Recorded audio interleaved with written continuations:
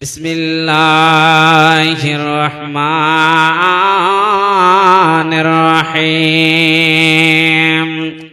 ক্বালাতিল আরাবু আমান্না قل لم تؤمنوا ولكن قولوا أسلمنا ولما يدخل الإيمان في قلوبكم وإن تطيعوا الله ورسوله لا يلدكم من أعمالكم شيئا إن الله غفور رحيم। ওরে আমার আব্বা জানেরা, ও পর্দা নাসেন মায়েরা শোনেন, কিছুগুলো দিহা দিয়েছে। বিশ্ব নবীর কাছে এসে বললেন, ইয়া হাবিবাল্লাহ, ইয়া রাসূলুল্লাহ, ওগো দয়ার নবীজি, আমরা নতুন নতুন ঈমান এনেছি, আমরা নতুন নতুন ঈমান এনেছি।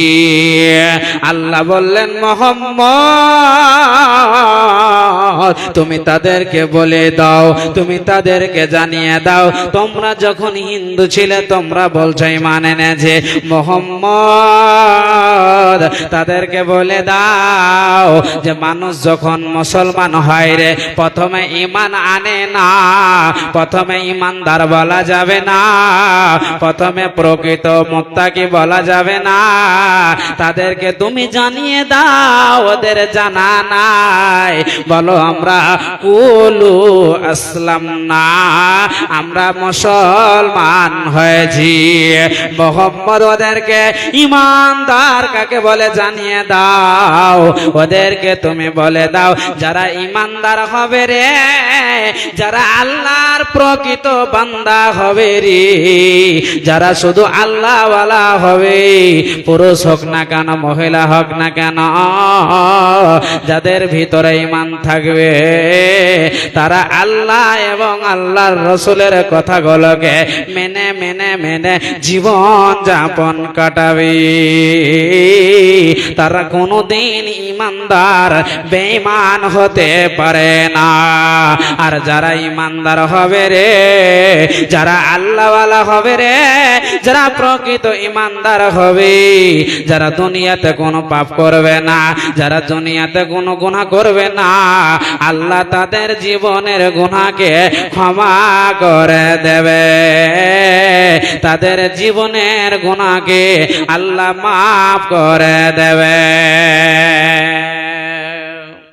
তাফসীরের মধ্যে পাওয়া যায়, যারা বলেছিলেন যে আমরা ঈমান এনেছি, এরা কারা, এরা কোন দলের লোক, এরা কোন গ্রামের লোক, বলা হয়েছে এরা হচ্ছে বানু খুজাইমার লোক এবং বানু আসওয়াদের লোক।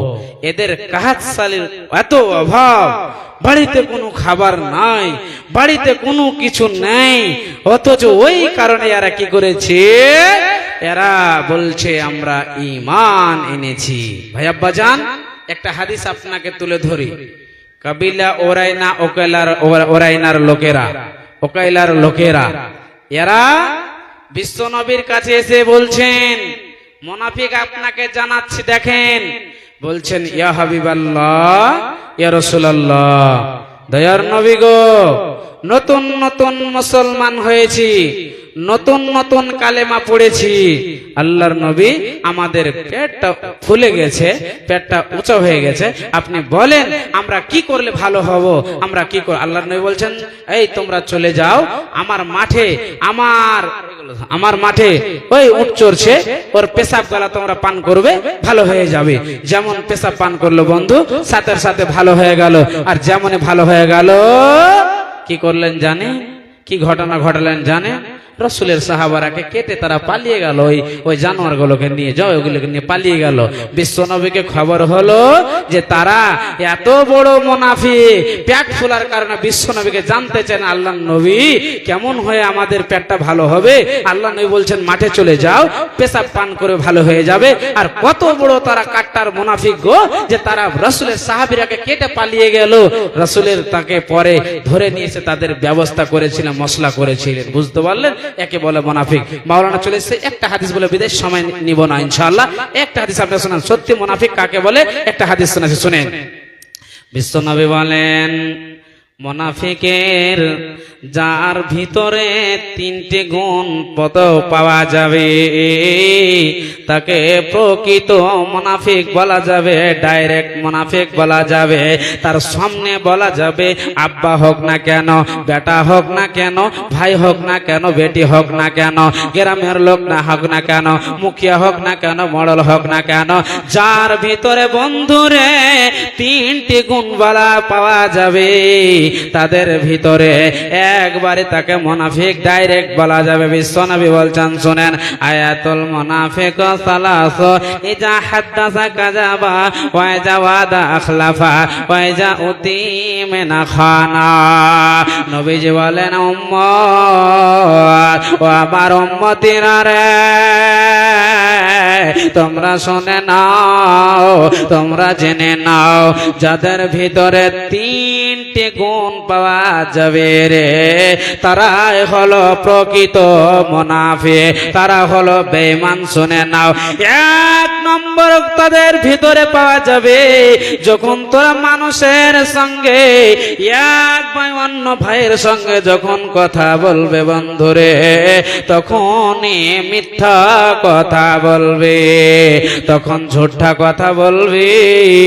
শুধু তাই নয়, নবীজি বলছেন দ্বিতীয় নম্বর গুণটা শুনে লাও, যখন ওয়াদা করবে, ভাইয়া কালকে আপনার 10,000 5,000 যত নিয়েছে আপনাকে দিয়ে দাও, ওয়াদাটাকে খেলাপ করে দেবে। 3 নম্বর গুণ হলো, আপনি তার কাছে 10,000 টাকা নিয়েছেন, 20 তারিখে দেব, এমন সময় যখন 20 তারিখ হয়েছে বন্ধুরে, তখন বলছে তোমার টাকা আমি নিইনি, তোমাকে জানি না, তোমাকে বুঝি না।